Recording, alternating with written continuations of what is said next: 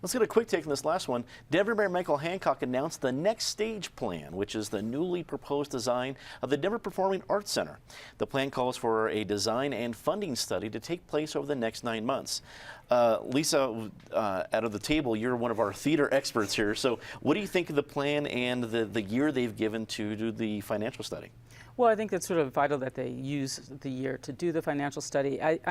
What I saw, I'm intrigued by, because it opens up that complex just physically to invite more people in. It's not that it's a fortress down there. I mean, I love the Denver Center for Performing Arts, but it is kind of like only active at night when there's events going on. And I think there's such a better opportunity for sort of a public plaza, an inviting kind of space, and also a much more enlivened space in terms of retail. And one of the things I'm most excited about with the Next Stage project, though, is probably, though, I bet I'll have some but then again, moment later on. Yeah. But for the moment, I'm interested in the fact that they wanted to bring students and high school students down there and bring like a performing arts school there. Mm-hmm. They're doing some things that actually the Denver Center backed off of, Denver Center of Performing Arts backed off of, which was like a media center, things that the Denver Center sort of closed down in order to be a stronger theatrical producing organization. And this isn't obviously just about the Denver Center of Performing Arts, but it's a major player in that. So I think that it's interesting, and I actually hope that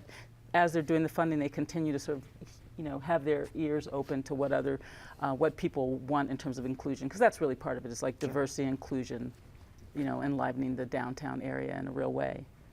Patty, what do you think of the plan and the year they've given themselves to do the financial study? Well, it's going to take a year to figure out how to possibly fund this, because we're already trying to come up with the money to finish funding the National Western Center. So in a lot of ways, this is what was originally envisioned for the Denver Performing Arts Complex. You were supposed to have entrances off Spear that would link it to the Auraria campus, which would be the first great start, just because you've got 30,000 students there who could use that as a passageway downtown. The solution for Betcher seems kind of sweet if it works, a smaller auditorium instead of that horrible parking lot, and then more areas for smaller performing arts groups to use. So a lot of it looks lovely on paper, but the question is, how in the world are we going to pay for it? It is not going to be seat taxes at all those venues. David, what's your quick take on the issue? I hope people get very involved in participating, because last time we spent millions and millions of taxpayer dollars on this area. Some of it was done very well, and some of it, like the parking garage, was shockingly ineffective as it turned out. So I hope there's a lot of citizen input that gets it done right. Ben, wrap it up for us. Another prime example of a nice idea that I fear will be terribly implemented. Talk about Betcher. The notion of tearing down Betcher is the exact opposite of a sustainable approach.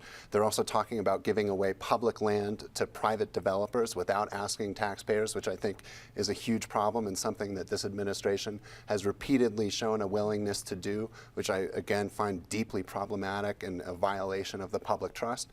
I think if you look at their history of finance plans, calling them plans or even calling them finance is a stretch and quite generous. These people don't know how to pay for their ideas. And finally, Patty alluded, we should absolutely connect it to the Auraria campus. Spear probably should be buried underground there. But frankly, if you look around at the totality of the projects that this administration has taken on, they have done nothing to add infrastructure or capacity around the projects that they're doing. I would expect nothing different here.